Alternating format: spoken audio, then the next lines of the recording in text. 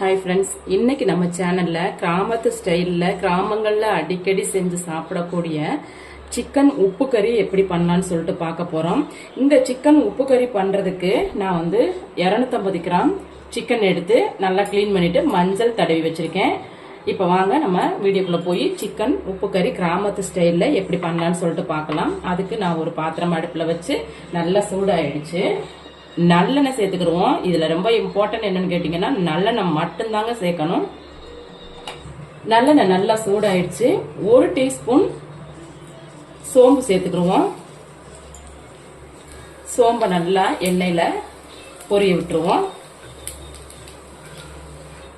சோம்பு நல்லா பொரிஞ்சிருச்சு. இப்ப நான் ஒரு 10 வரமிளகாய் எடுத்து 2 உடைச்சு வச்சிருக்கேன். அதை சேர்த்துக்கிடுவோம். இதுல நம்ம மிளகாத்தூள் சேர்க்க போறது இல்ல. நம்ம சேர்த்துக்கிற இந்த வரமிளகாயினுடைய காரமும் மிளகினுடைய காரமும் தான் நமக்கு இந்த உப்பு கறிக்கு காரத்தை கொடுக்கும். ஸோ உங்களுக்கு விதையோட சேர்க்கணும் அப்படின்னா விதையோட சேர்த்துக்குங்க. இல்ல காரம் அதிகம் வேணாம் அப்படின்னு விரும்புறவங்க விதையை நீக்கிட்டு வெறும் மிளகாய் மட்டும் நீங்க சேர்த்துக்கிறீங்க. இப்ப நம்ம சேர்த்துக்கிட்ட வரமிளகாய எண்ணெயில நல்லா வறுத்துக்குவோம். வரமிளகா நல்லா எண்ணெயில வறுபட்டுருச்சு. இப்போ 2 தண்டு கருவேப்பிலை இலைகள் சேர்த்துக்குவோம். கருவேப்பிலை இலைகளை நல்லா ஆயில்ல பொரிய விட்டுருவோம். பாருங்க நல்லா பொரிஞ்சிருச்சு. இப்போ 20 சின்ன வெங்காயம் எடுத்து ரவுண்டா நறுக்கி வச்சிருக்கேன். இந்த சிக்கன் உப்பு கறிக்கு பொறுத்த அளவுக்கு பாத்தீங்கன்னா பெரிய வெங்காயத்தை தவிர்த்துருங்க. சின்ன வெங்காயம் தான் கண்டிப்பா சேர்க்கணும். இப்ப நம்ம எடுத்துக்கிட்ட சின்ன வெங்காயத்தை சேர்த்துக்குவோம். சின்ன வெங்காயம் நல்லா பொன்னிறமா வரணும். அது வரைக்கும் நம்ம இதை ஆயில்ல வறுத்துக்குவோம்.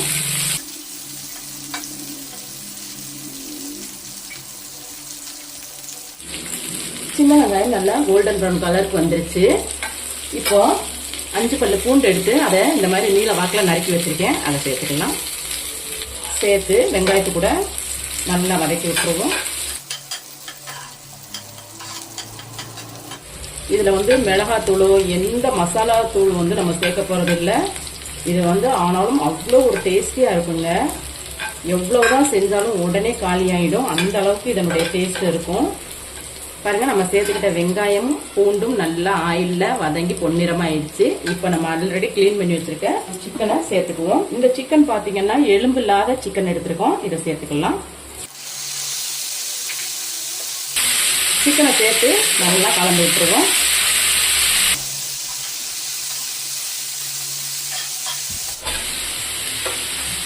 நம்ம சேர்த்துக்கிட்ட சிக்கனை 2 to 3 நிமிஷத்துக்கு இந்த மாதிரி ஆயில்ல வதக்கி கொடுத்துட்டு இப்ப இந்த சிக்கன் உப்பு கறிக்கு தேவையான உப்பு சேர்த்துருவோம். நம்ம சேர்த்துக்கிட்ட உப்பை சிக்கன் கூட நல்லா இந்த மாதிரி கலந்து விட்டுட்டு இதை மூடி போட்டு ஒரு 5 நிமிஷத்துக்கு வேக விட்டுருவோம். பாருங்க, நம்ம அந்த மூடி போட்ட 5 நிமிஷத்துல சிக்கன் வெந்துட்டு அதுல இருந்து தண்ணி வெளியில வந்திருக்கு பாருங்க. கூடவே நமக்கு எண்ணெயும் நல்லா பிரிஞ்சு நிக்குது. இப்ப இதை நல்லா இந்த மாதிரி கலந்து விடுவோம்.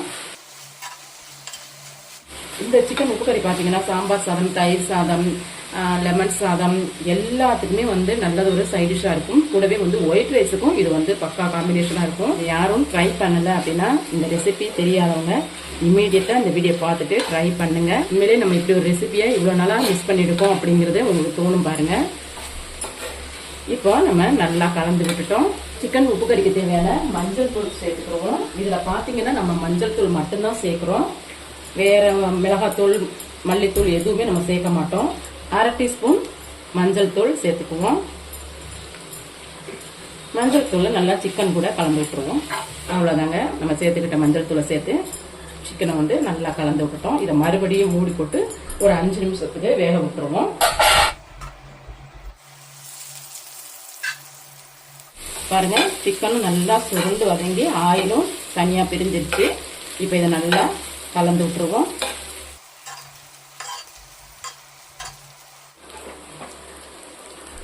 சிக்கன் நல்லா வதங்கிச்சு பாருங்க. இப்ப இந்த மாதிரி நல்லா கலந்து கொடுத்துட்டு 1 டீஸ்பூன் அளவுக்கு மிளகுத்தூள் சேர்த்துக்கிடுவோம். இதுல நம்ம சேர்த்துக்கிற வரமிளகாயும் இந்த மிளகுத்தூளும் தான் காரமே நமக்கு கொடுக்கக்கூடியது. மிளகுத்தூள் சேர்த்து இந்த மாதிரி கலந்து கொடுத்துட்டு இதை ஒரு 3 நிமிஷத்துக்கு இப்படி ஓப்பன்லேயே வச்சு நம்ம வேக விடுவோம்.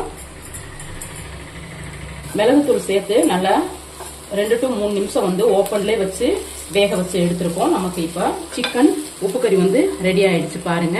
இப்போ ஃபைனலாக கொஞ்சமாக மல்லி இலை சேர்த்துக்குவோம். மல்லி இலை சேர்த்து சிக்கன் உப்பு கறி கூட கலந்து விட்டுருவோம்.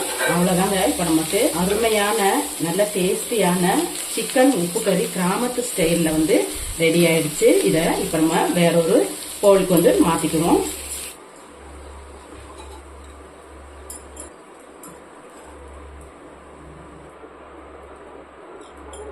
பாருங்க, நமக்கு இப்போ அருமையான டேஸ்டியான சிக்கன் உப்பு கறி கிராமத்து ஸ்டைலில் ரெடி ஆயிடுச்சு.